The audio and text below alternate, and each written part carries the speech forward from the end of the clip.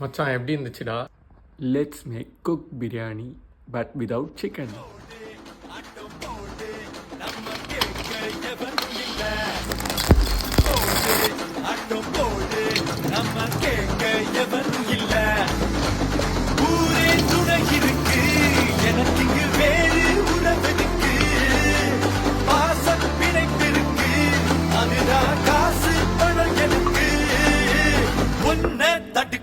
என்ன எதுக்கவும் எவனும் பொறக்கவில்லை.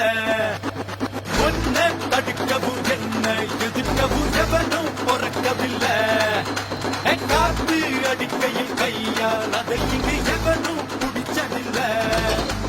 போடு ஆட்டம் போடு நம்ம கேட்க எவனும் இல்லை.